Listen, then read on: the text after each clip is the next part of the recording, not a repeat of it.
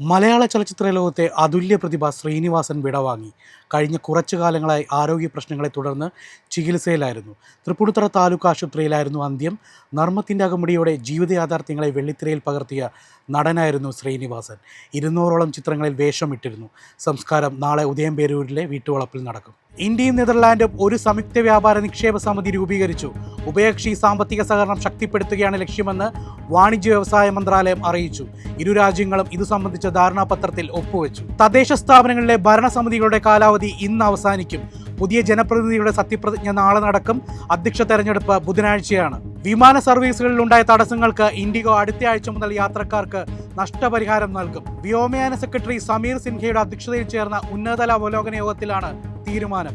കൂടുതൽ കാലതാമസമില്ലാതെ എല്ലാ യോഗ്യരായ യാത്രക്കാർക്കും പേയ്മെന്റുകൾ എത്തുന്നുണ്ടെന്ന് ഉറപ്പാക്കാൻ സർക്കാർ എയർലൈനോട് ആവശ്യപ്പെട്ടു. സംസ്ഥാനത്ത് സ്വർണ്ണവിലയിൽ മാറ്റമില്ല. റെക്കോർഡുകൾ ഭേദിച്ച് സ്വർണ്ണവില ഇന്നലെ പവന് 480 രൂപ കുറഞ്ഞെങ്കിലും ഇന്ന് വിലയിൽ ചലനമില്ല.